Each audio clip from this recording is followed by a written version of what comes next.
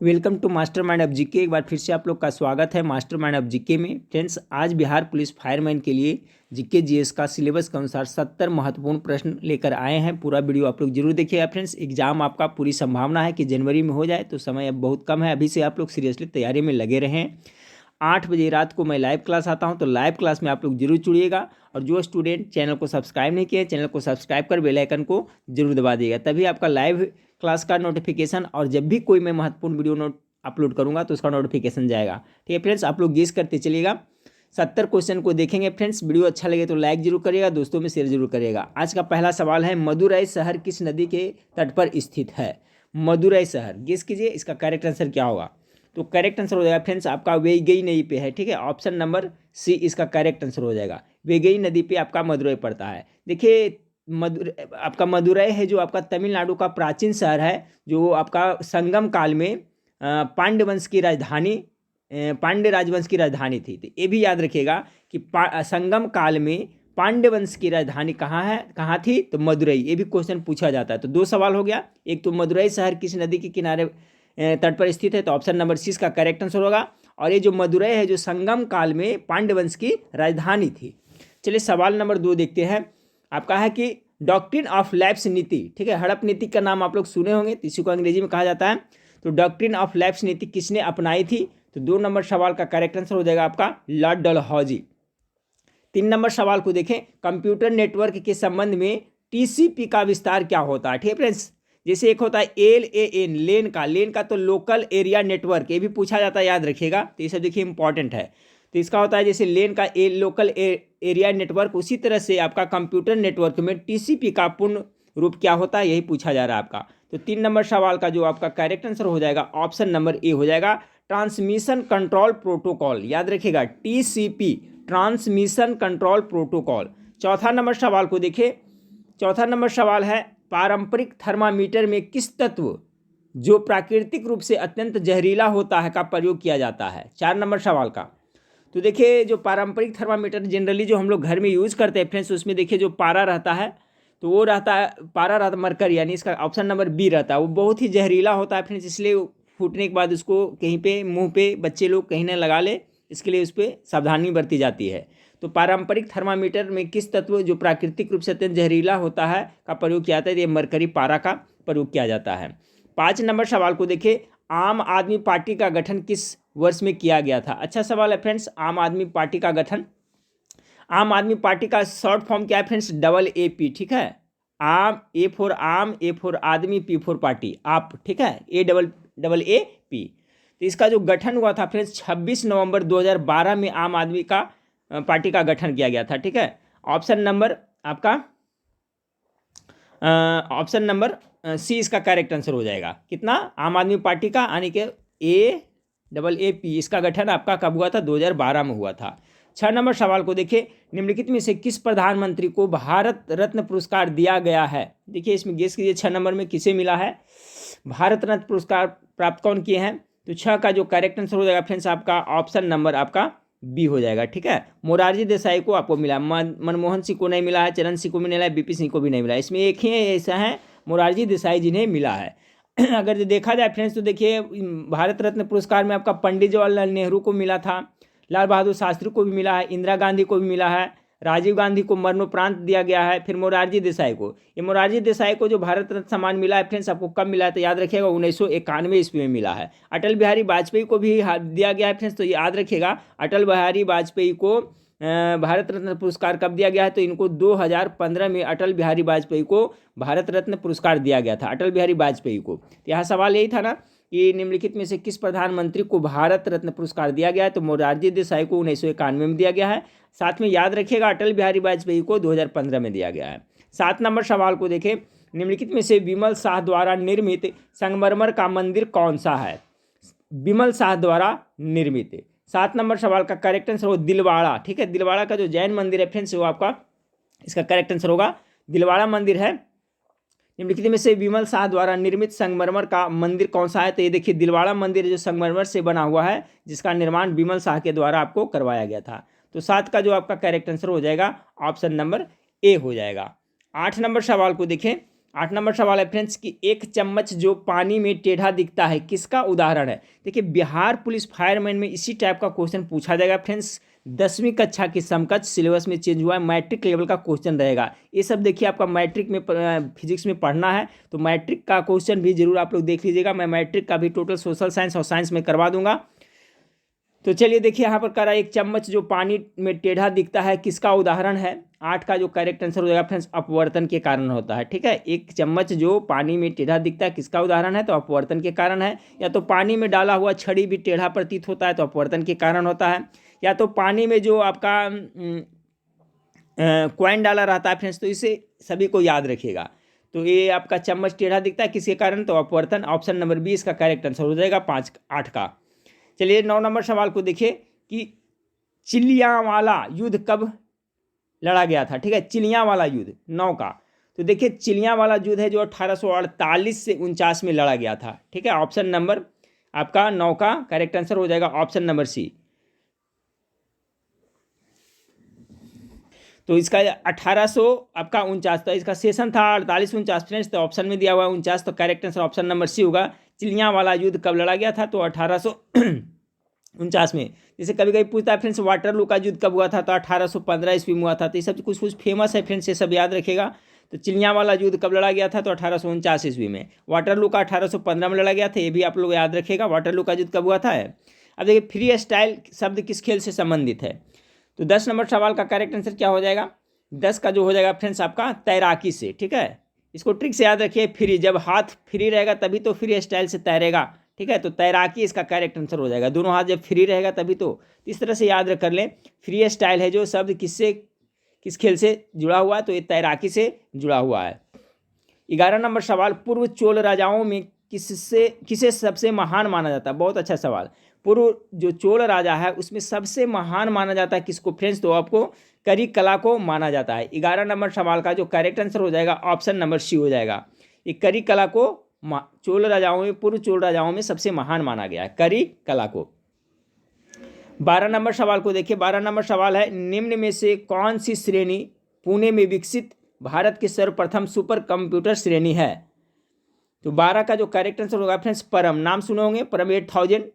तो निम्नलिखित में से कौन सी श्रेणी पुणे में विकसित भारत का सर्वप्रथम सुपर कंप्यूटर, तो परम ही था फ्रेंड्स। परम 8000 आया था, उसके बाद में फिर परम 10000 आया था। ठीक है, तो ये पहला सुपर कंप्यूटर भारत का परम ही है। प्लूटो के चांद का नाम क्या है। चलिए प्लूटो का देखिए फ्रेंड्स, अभी ग्रहों की संख्या कितनी है, टोटल 8 हो गई। पहले प्लूटो भी ग्रह के अंतर्गत आता था, पहले ग्रहों की संख्या हम लोग काउंट करते थे कितना 9। लेकिन 2006 में जब आपका सम्मेलन हुआ था इसका फ्रेंड्स, तो उस समय है जो प्लूटो को ग्रह की मान्यता से समाप्त कर दिया गया था, चेक गणराज्य में हुआ था, याद रखिएगा। तो प्लूटो अभी ग्रह नहीं है, इसको बौना ग्रह के अंतर्गत रखा गया है। अभी ग्रहों की संख्या टोटल कितना है, 8 है। तो प्लूटो के चांद का नाम क्या है पूछा जा रहा है, तो 13 का जो करेक्ट आंसर हो जाएगा ऑप्शन में से चेरॉन कहा जाता है। अगला सवाल है, सिंगापुर का पुराना नाम क्या है। 14 का करेक्ट आंसर होगा फ्रेंड्स, गेस कीजिए। सिंगापुर का पुराना नाम Temasek, Myanmar, Ceylon, Bohemia. Correct answer option number A हो जाएगा। सिंगापुर का पुराना नाम है जो टेमासेक है। 15 नंबर सवाल को देखें। 15 नंबर सवाल आपका है फ्रेंड्स कि ट्यूबरक्लोसिस के विरुद्ध मुख्यतः कौन सी वैक्सीन का प्रयोग किया जाता है।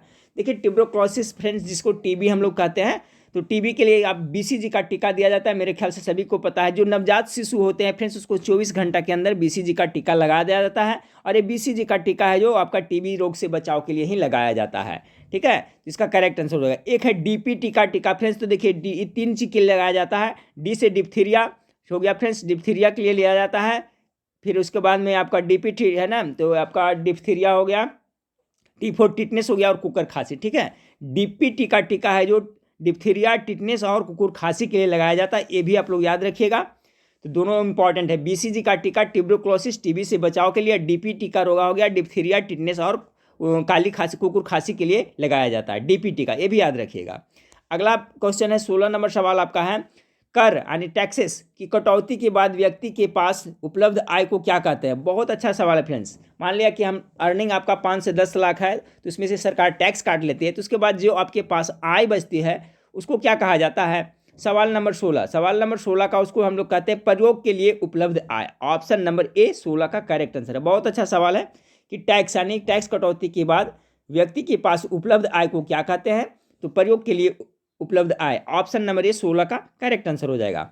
17 नंबर सवाल, पृथ्वी से सूर्य तक की औसत दूरी को कहते हैं। चलिए, पृथ्वी से सूर्य तक की औसत दूरी को क्या कहा जाता है? सवाल नंबर 17 का करेक्ट आंसर हो जाएगा फ्रेंड्स ऑप्शन नंबर बी का हो जाएगा। ठीक है, एस्ट्रोनॉमिकल यूनिट कहा जाता है। बहुत इंपॉर्टेंट सवाल है, याद रखिएगा।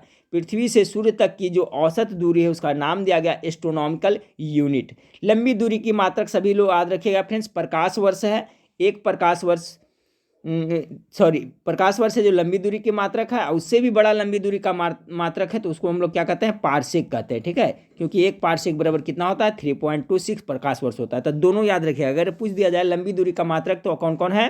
तो प्रकाश वर्ष और पारसेक। प्रकाश वर्ष से बड़ा है जो पारसेक है, क्योंकि एक प्रकाश वर्ष बराबर 3.26 प्रकाश वर्ष होता है।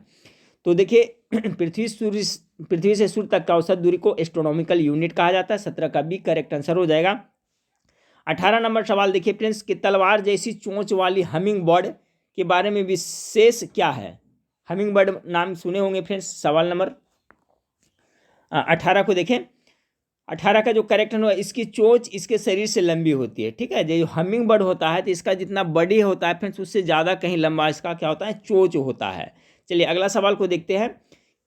किसने क्यूअर्स लाइक हेम्योपैथिक सिद्धांत प्रस्तुत किया था? देखिए, हेम्योपैथी का जनक हेनीमैन को कहा जाता है। याद रखिएगा, किसको कहा जाता है? तो हेनीमैन को हेम्योपैथी का जनक कहा जाता है। अब इसमें कह रहा है कि किसने क्यूअर्स लाइक हेम्योपैथी सिद्धांत प्रस्तुत किया था। तो इसका जो 19 नंबर सवाल का करेक्ट आंसर हो जाएगा फ्रेंड्स आपका option number B, Samuel Hahnemann. ठीक है, यही हेनीमैन है जो इसी को है जो हेम्योपैथी का जनक कहा जाता है। तो 19 का correct answer option number B हो जाएगा। अगला सवाल है फ्रेंड्स आपका, चित्तौड़गढ़ किस वंश की राजधानी थी? ठीक है, अभी हम लोग मदुरई वाला देखे थे फ्रेंड्स, पांडवंश वाला, वो भी याद रखिएगा। बताए थे, क्वेश्चन आया था, क्या था क्वेश्चन?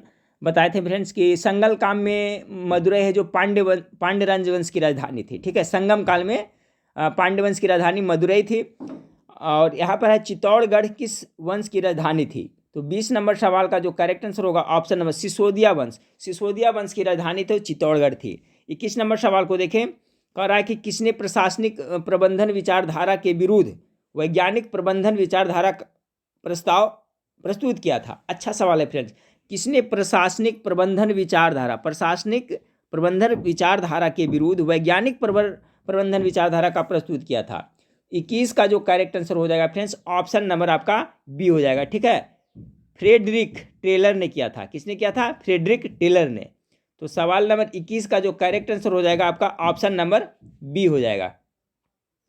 सवाल नंबर 22 को देखिए। ब्रिक्स डेवलपमेंट बैंक को अब यह नाम दिया गया है। देखिए, पहले जो ब्रिक्स डेवलपमेंट बैंक था उसको नाम बदलकर क्या कर दिया गया है? तो सवाल नंबर 22 का जो करेक्ट आंसर होगा ऑप्शन नंबर आपका सी हो जाएगा, न्यू डेवलपमेंट बैंक कर दिया गया है। ठीक है, क्या कर दिया है आपका? New development bank. देखिए फ्रेंड्स, ब्रिक्स डेवलपमेंट बैंक था, उसको अब न्यू डेवलपमेंट, इसको शॉर्ट में कहिएगा तो एनडीबी कह सकते हैं। ठीक है, देखिए, N for new, D for development और बी फॉर बैंक, यानी एनडीबी बैंक। ठीक है, तो जो ब्रिक्स डेवलपमेंट बैंक था अभी है जो आपका एनडीबी बैंक अर्थात न्यू डेवलपमेंट बैंक के नाम से जाना जाता है। अगला सवाल आपका है 23 नंबर सवाल।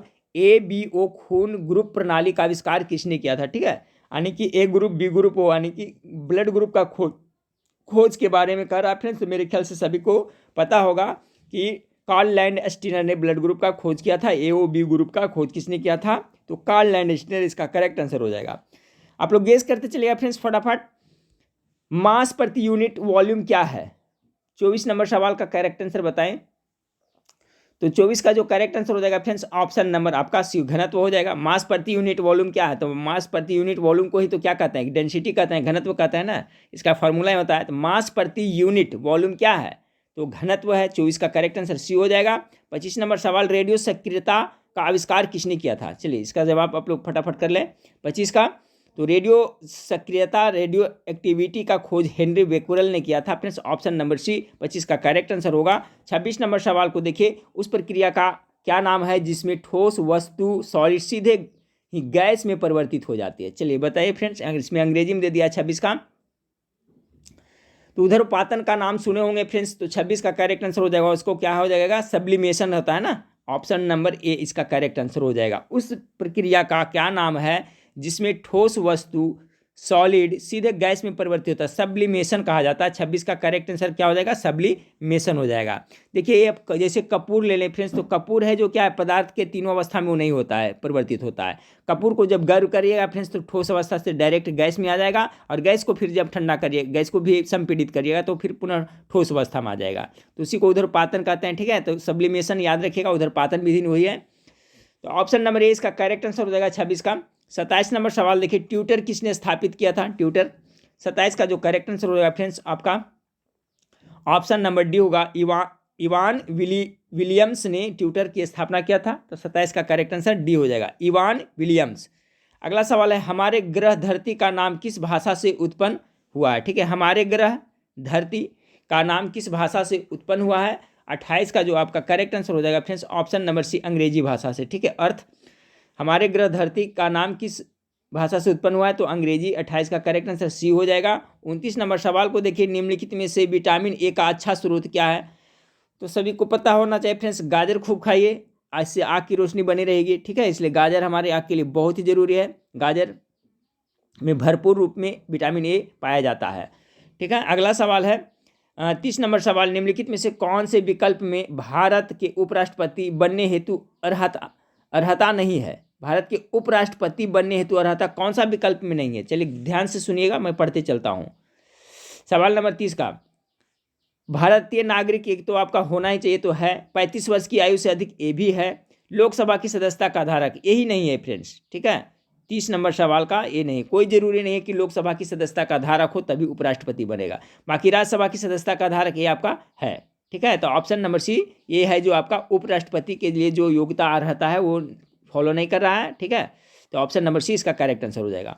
31 नंबर सवाल को देखें, भारतीय संविधान का अनुच्छेद 29 निम्नांकित में से कौन से अधिकार प्रदान करता है? बहुत अच्छा सवाल है फ्रेंड्स 31 का। तो देखिए 29 नंबर जो अनुच्छेद है फ्रेंड्स अल्पसंख्यकों के हित की सुरक्षा के बारे में जिक्र करता है। 31 का correct answer option number C होगा, अल्पसंख्यकों के हितों की सुरक्षा के बारे में अनुच्छेद 29 में आपका है। तो ऑप्शन नंबर सी इसका करेक्ट आंसर हो जाएगा 31 का। 32 नंबर सवाल को देखिए, एक वयस्क मानव के शरीर में कितने लीटर खून होता है? चलिए बताइए, एक वयस्क मानव के, तो देखिए 5 से 6 लीटर के बीच में होना चाहिए फ्रेंड्स। ठीक है, यहाँ से 5 से, तो इसमें देखिए ऑप्शन दिया, तो इसलिए ऑप्शन नंबर ये आपका सी हो जाएगा। ठीक है, एग्जैक्ट 6 नहीं कह सकते हैं, 5 से 6 लीटर के बीच में आपका खून होता है। जो ज़्यादा हेल्दी होते हैं, ज़्यादा होते हैं 6 लीटर के करीब, तो 5 से 6 लीटर खून होते हैं। ऑप्शन नंबर सी इसका करेक्ट आंसर होगा। आज हम लोग इस वीडियो में 70 क्वेश्चन देखने वाले हैं। ठीक है फ्रेंड्स, अगला है मैकैफे है। मैकैफे क्या है? नाम सुने होंगे आप लोग। 33 का, ये देखिए का एंटीवायरस सॉफ्टवेयर है। मैकैफे है जो आपका एंटीवायरस सॉफ्टवेयर का नाम है, आपका लैपटॉप डेस्कटॉप में आपका इंस्टॉल किया जाता है। तो 33 का करेक्ट आंसर है जो आपका ऑप्शन नंबर ए इसका करेक्ट आंसर होगा। मैकैफे है जो आपका एंटीवायरस सॉफ्टवेयर का नाम है। 34 नंबर, चौक का रासायनिक नाम क्या है? चलिए चौक का रासायनिक नाम फटाफट बताइएगा, गेस कीजिए। तो कैल्शियम कार्बोनेट कहते हैं ना, CaCO3, ये है जो आपका चौक का रासायनिक नाम है। कैल्शियम कार्बोनेट, जो अंडा हम लोग खाते हैं फ्रेंड्स, उसका जो बाहरी आवरण बना होता है ना, ये भी कैल्शियम कार्बोनेट का होता है, ये भी याद रखिए। कभी कभी पूछ दिया जाता है कि अंडे का बाहरी आवरण है किसका बना होता है, तो कैल्शियम कार्बोनेट का बना होता है। और चौक भी होता है जो कहते हैं कैल्शियम कार्बोनेट होता है, इसी का रासायनिक नाम है। तो 34 का करेक्ट आंसर सी हो जाएगा। 35 नंबर सवाल देखिए, 2022 के राष्ट्रमंडल कॉमनवेल्थ खेल कहाँ खेले जाएंगे? 2000, बहुत अच्छा सवाल है फ्रेंड्स। ये आपका SSC GD में आपका क्वेश्चन कोई शिफ्ट में शायद पूछ दिया गया है, नहीं पूछा है तो यह पूछा भी जाएगा, और ये आपके फायरमैन के लिए भी इंपॉर्टेंट है। 35 का करेक्ट आंसर क्या होगा? तो 35 का जो करेक्ट आंसर हो जाएगा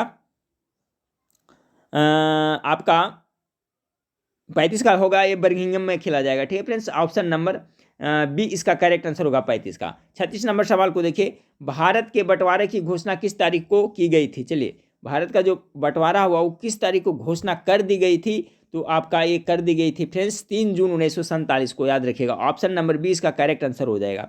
अगला है फ्रेंड्स, यारलांग टसंगपो का प्रचलित नाम क्या है? ठीक है, यारलग टसंगपो का प्रचलित नाम क्या है? 37 का correct answer option number B होगा, ब्रह्मपुत्रा। ब्रह्मपुत्रा का आप लोग नाम सुने होंगे। अगला है फ्रेंड्स आपका तारे मुख्यतः किससे बने होता है? चलिए बहुत बार मैं बताया हूँ फ्रेंड्स, इस टाइप का क्वेश्चन आपको पूछा जाएगा। 38 का करेक्ट आंसर हो जाएगा ऑप्शन नंबर सी, हाइड्रोजन और हीलियम। तारे देखिए, तारा है फ्रेंड्स, जैसे सूर्य क्या है, सूर्य एक है जो हम लोग का क्या है, तारा है। तो तारा है वो सूर्य जो किससे वहाँ पर प्रधानता 71%, कल ही मैं बताया था लाइव क्लास में, 71% है जो वहाँ पर हाइड्रोजन होता है, तारे पर प्रधानता होती है हाइड्रोजन गैस की, और 26.5% जो हीलियम गैस के होते हैं, बाकी अन्य गैस होता है। तो देखिए कर रहा है यहाँ पर, ये भी याद रखिए 71 और 26.25 याद रखिएगा।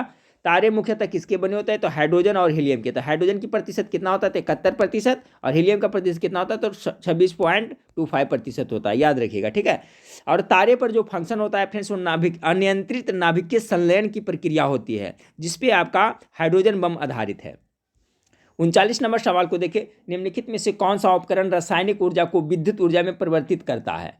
रासायनिक ऊर्जा को विद्युत ऊर्जा में परिवर्तित करता है, गेस कीजिए। तो रासायनिक देखिए, केमिकल एनर्जी को आपका बैटरी में जो रहता है पानी वगैरह सब रहता है, वो केमिकल के रूप में रहता है, उसको उससे क्या उत्पन्न होता है? विद्युत ऊर्जा। तो बैटरी इसका करेक्ट आंसर 39 का हो जाएगा, ठीक है। और जनरेटर है जो क्या करता है फ्रेंड्स, काइनेटिक यानी यांत्रिक ऊर्जा को विद्युत ऊर्जा में बदलता है, ठीक है। ये बैटरी है जो आपका रासायनिक ऊर्जा को आपका विद्युत ऊर्जा में। स्टेनलेस स्टील का आविष्कार किसने किया था? चलिए, स्टेनलेस स्टील एक क्या है, मिश्र धातु है ना, तो इसका आविष्कार किसने किया था? 40 का जो करेक्ट आंसर हो जाएगा friends option number C, Harry Brearley ने स्टेनलेस स्टील का आविष्कार किया था। 41 नंबर सवाल, पौधों की पत्तियां से पानी का वाष्पीकरण को क्या कहते हैं? बहुत अच्छा सवाल है फ्रेंड्स। 41 नंबर सवाल का, इसका हम लोग ट्रांसपिरेशन कहते हैं, ठीक है, ट्रांसपिरेशन कहा जाता है पौधों की पत्तियां से पानी का वाष्पीकरण को। ऑप्शन नंबर ए इसका करेक्ट आंसर हो जाएगा। 42 नंबर सवाल देखें, निम्नलिखित में से कौन सा विकल्प उष्णता का कुचालक बैड कंडक्टर है? ठीक है, कौन सा है जो उष्मा का बैड कंडक्टर है? तो चलिए, मेरे ख्याल से सभी इसका सही जवाब कर लिए होंगे। लकड़ी बिल्कुल सही होगा, हीरा माइका ये सब नहीं, लकड़ी है जो उष्मा का बैड कंडक्टर है, ठीक है। इसमें देखिए उसका उष्मा का संचालन नहीं होता है। साहित्य के प्रख्यात समर्थक राजा भोज किस वंश से जुड़े हुए? राजा भोज किस वंश से जुड़े हुए फ्रेंड्स? चलिए गेस कीजिए 43 नंबर सवाल का। 43 नंबर सवाल का जो करेक्ट आंसर हो जाएगा, परमार वंश के नाम सुने होंगे, ये जो आपका परमार वंश से जुड़े हुए हैं। तो 43 का जो करेक्ट आंसर हो जाएगा ऑप्शन नंबर सी हो जाएगा, ठीक है। साहित्य के प्रख्यात समर्थक राजा भोज किस वंश से जुड़े हुए हैं? तो परमार वंश। 43 का correct answer option number C हो जाएगा। 44 नंबर सवाल को देखिए, 44 नंबर सवाल आपका है कि उस किले का नाम बताइए जिसका निर्माण विश्व प्रख्यात संगीतकार रिचार्ड वैगनर के सम्मान में बनाया गया था। तो उस किला का नाम बताना है जिसका निर्माण विश्व प्रख्यात संगीतकार रिचार्ड वैगनर के सम्मान में बनाया गया था। 44 का जो करेक्ट आंसर हो जाएगा फ्रेंड्स आपका ऑप्शन नंबर बी हो जाएगा, ठीक है। ऑप्शन नंबर बी यानी कि न्यूज वान स्टीन कैसल, ठीक है फ्रेंड्स। देखिए घर के बगल में शायद प्रोग्राम कुछ, इसलिए आवाज़ जा रही होगी बाजा की, ठीक है। 44 नंबर सवाल हो गया फ्रेंड्स। अब चलिए 45 नंबर सवाल को देखते हैं। 45 नंबर सवाल आपका क्या है कि सिरोसिस रोग शरीर के किस, ठीक है, सिरोसिस रोग शरीर के किस अंग को प्रभावित करता है? बहुत इंपॉर्टेंट सवाल है भी है 45 का। 45 का जो आपका करेक्ट आंसर हो जाएगा फ्रेंड्स आपका ऑप्शन नंबर जिगर को करता है, प्रभावित करता है। जो आपका ये सिरोसिस रोग है जो आपको जिगर को प्रभावित करता है, 45 का correct answer option number B हो जाएगा। 46 नंबर सवाल को देखिए, 46 नंबर सवाल आपका है 1947 में किसने सर्वप्रथम केंद्रीय बजट प्रस्तुत किया था? 1947 में। 46 का करेक्ट आंसर हो जाएगा ऑप्शन नंबर सी, आर के सन्मुख सेठी ने। 1947 में सर्वप्रथम केंद्रीय बजट किसने किया था? तो आर के सन्मुख सेठी ने ही आपका किया था। तो ऑप्शन नंबर सी 46 का करेक्ट आंसर हो जाएगा। 47 नंबर सवाल को देखिए, 47 नंबर सवाल है विख्यात सांची स्तूप किसने बनवाया था? 47 का जो करेक्ट आंसर हो जाएगा फ्रेंड्स अशोक के द्वारा बनाया गया था। Option number B correct answer हो जाएगा। 48 नंबर सवाल देखिए, वीडियो खेल का जनक किसे कहा जाता है? बहुत अच्छा सवाल। तो वीडियो खेल का जनक कहा जाता है आपका किसको? बेयर को ना, रॉल्फ एच बेयर को। 48 का correct answer option number D होगा, रॉल्फ एच बेयर को आपका वीडियो खेल का जनक कहा जाता है। 48 का correct answer option number D हो जाएगा।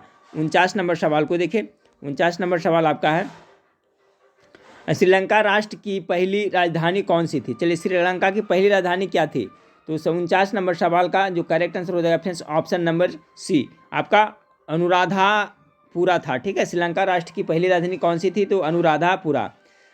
49 का करेक्ट आंसर सी हो जाएगा। 50 नंबर सवाल को देखिए। 50 नंबर सवाल आपका, जिस बाजार में स्पर्धा की कमी हो तो उसे क्या कहा जाता है। देखिए इकोनॉमिक्स का बहुत अच्छा सवाल है। 50 का करेक्ट आंसर हो जाएगा, उसे मोनोपोली कहा जाता है। कि जिस बाजार में स्पर्धा की कमी हो तो उसे क्या कहा जाता है, तो उसे मोनोपोली कहा जाता है। क्या कहा जाता है, तो उसे मोनोपोली कहा जाता है। 50 नंबर सवाल का जो करेक्ट आंसर हो जाएगा फ्रेंड्स आपका ऑप्शन नंबर ए हो जाएगा। चलिए सवाल नंबर 51 को देखते हैं। सवाल नंबर 51 आपका है, 51 नंबर सवाल आपका है, क्रिकेट का बल्ला बनाने के लिए किस लकड़ी का प्रयोग किया जाता है। ये भी बहुत बार एग्जाम में रिपीट हुआ है। तो उसका देखिए बिल्लो, उसका लकड़ी का नाम क्या होता है, बिल्लो लकड़ी का ही क्रिकेट बल्ला बनाया जाता है। ठीक है, बिल्लो से बल्ला बनाया जाता है, क्रिकेट का बल्ला बिल्लो लकड़ी से बनाया जाता है। आपका 52 नंबर, सील मछली द्वारा किए गए आवाज़ को क्या कहते हैं। ठीक है, सील एक फिश है, मछली है, उसके द्वारा जो आवाज़ करता है उसका एक स्पेशल नाम दिया गया है। ये भी क्वेश्चन रिपीट हुआ है बहुत बार एग्जाम में। तो उसे क्या कहते हैं, उसे बार्क कहा जाता है। ठीक है, अगला सवाल को लेते हैं, भोजन से प्राप्त ऊर्जा को कैसे मापा जाता है।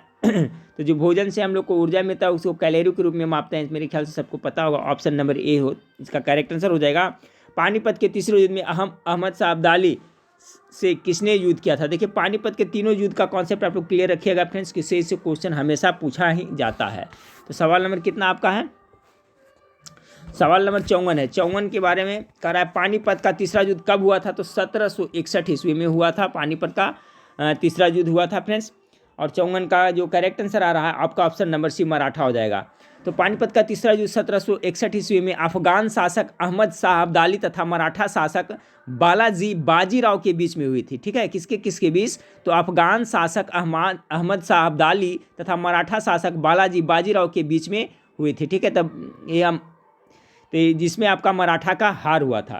तो कह रहा है पानीपत के तीसरे युद्ध में अहमद शाह अब्दाली किसने युद्ध किया था, तो मराठा से। इसमें आपको मराठा की हार हुई थी, मराठी लोग को। 55 नंबर सवाल को देखिए, फेसबुक की शुरुआत किस वर्ष की गई थी। तो फेसबुक की शुरुआत है जो आपका किया गया था 2004 से फ्रेंड्स। ऑप्शन नंबर 20 का करेक्ट आंसर हो जाएगा। फेसबुक की स्थापना हार्वर्ड के एक छात्र मार्क जुकेरबर्ग। देखिए अगर पूछता है फ्रेंड्स, जुकेरबर्ग भी याद रखिएगा आप लोग कि फेसबुक के संस्थापक कौन है, शुरुआत इसके स्थापना किसने किया था। तो इसका जो है जुकेरबर्ग, आप लोग जानते होंगे मेरे ख्याल से, जुकेरबर्ग के द्वारा फेसबुक की स्थापना किया गया था 2004 ईस्वी में। 55 का करेक्ट आंसर ऑप्शन नंबर आपका बी हो जाएगा। चलिए सवाल नंबर 56 को देखिए, रविन्द्रनाथ टैगोर को गुरुदेव की उपाधि किसने दी थी। तो किसने दिया था, रविन्द्रनाथ टैगोर को गुरुदेव की उपाधि महात्मा गांधी ने दिया था। ऑप्शन नंबर ए इसका करेक्ट आंसर हो जाएगा। ठीक है, और रविन्द्रनाथ टैगोर के उनके काव्य रचना थी फ्रेंड्स गीतांजलि। आप लोग जानते होंगे, गीतांजलि के लिए ही उन्हें 1913 ईस्वी में साहित्य के लिए नोबेल पुरस्कार दिया गया था रविन्द्रनाथ टैगोर को। तो टैगोर को गुरुदेव की उपाधि महात्मा गांधी ने दिया था। अगला है फ्रेंड्स आपका कि ओजोन की रासायनिक फार्मूला क्या है। तो चलिए ओजोन का क्या O3 है, मेरे ख्याल से सभी को पता होगा। 57 नंबर सवाल का correct answer option number ozone का है, रासायनिक O3 है। ये जो पराबैंगनी किरण से हम की रक्षा करती है। अगला सवाल है, निम्नलिखित में से कौन सा विकल्प ग्रीन हाउस गैस नहीं। देखिए इस टाइप का क्वेश्चन एक पूछा ही जाता है।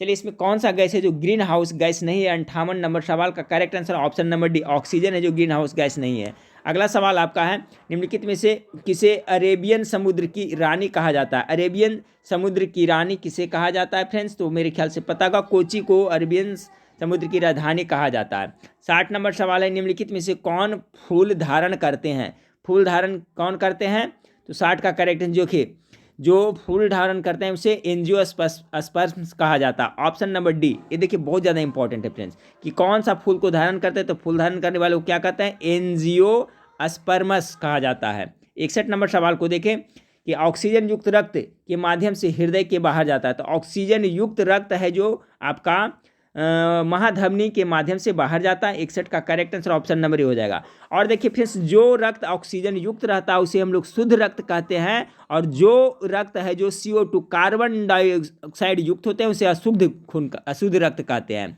जेनरली है जो फ्रेंड्स, शुद्ध रक्त को धमनी ही धोता है और अशुद्ध रक्त को कौन धोता है, तो आपका सीरा धोता है। ठीक है, अशुद्ध रक्त को कौन धोता है, तो उसको सीरा धोता है, शुद्ध रक्त को धमनी धोता है। लेकिन इसमें भी एक एक्सेप्शन है, मैं बताया था, एक फुफ्फुसीय सीरा है, एक फुफ्फुसीय धमनी है। तो फुफ्फुसीय सीरा है जो आपका शुद्ध रक्त को धोता है, फुफ्फुसीय धमनी है जो क्या है, अशुद्ध रक्त को धोता है। तो कंफ्यूज नहीं हो जाएगा फ्रेंड्स। जनरली आपसे पूछा जाए कि शुद्ध रक्त को कौन धोता है, तो धमनी ही धोता है, अशुद्ध रक्त को सिरा धोता है। लेकिन एक्सेप्शन में मैं बताया जो उल्टा होता है, फुफ्फुसीय सिरा और फुफ्फुसीय धमनी में। तो ऑक्सीजन युक्त रक्त ये महाधमनी के माध्यम से हृदय के बाहर आता है। अगला सवाल को देखते हैं फ्रेंड्स, 62 नंबर, सहसंयोजी आबंध को भी कहा जाता है। देखिए सहसंयोजी आबंध को दूसरा किस नाम से जाना जाता है, तो उसे आणविक बंध भी कहा जाता है। पढ़े होंगे 10वां क्लास में, आणविक बंध उसे कहा जाता है। अगला है फ्रेंड्स, इसमें क्या इलेक्ट्रॉनों का साझा होता है, ठीक है।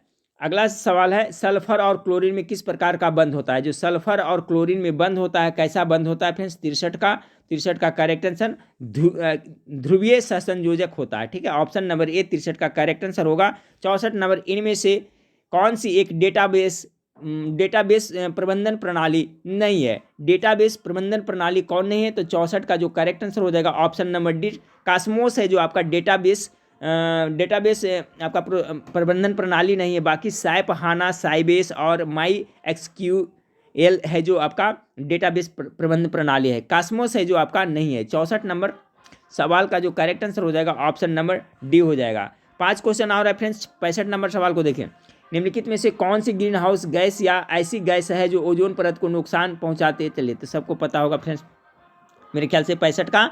तो 65 का जो आपका करेक्ट आंसर हो जाएगा जो आपका ऑप्शन नंबर सी हो जाएगा, कार्बन डाइऑक्साइड हो जाएगा, ठीक है। निम्नलिखित कौन सी ग्रीन हाउस गैस या ऐसी गैस है जो ओजोन परत को नुकसान पहुंचाती है, तो देखिए मुख्य रूप से तो CFC पहुंचाता है फ्रेंड्स, क्लोरोफ्लोरोकार्बन, और ये आपका कार्बन डाइऑक्साइड भी इसको पहुंचाता है। तो 65 का जो आपका करेक्ट आंसर हो जाएगा ऑप्शन नंबर सी हो जाएगा। ऐसा देखा जाए फ्रेंड्स तो ओजोन परत को क्षति पहुंचाने वाले में ग्रीन हाउस गैसों में जिसे रेखांकित किया गया उनमें से आपका जलवाष्प है जो भी उससे भी थोड़ा नुकसान होता है, कार्बन डाइऑक्साइड से भी होता है, मीथेन से भी थोड़ा बहुत वहाँ होता है फ्रेंड्स, और बाकी तो ज़्यादा है जो आपका CFC क्लोरोफ्लोरोकार्बन से ज़्यादा होता है, ठीक है।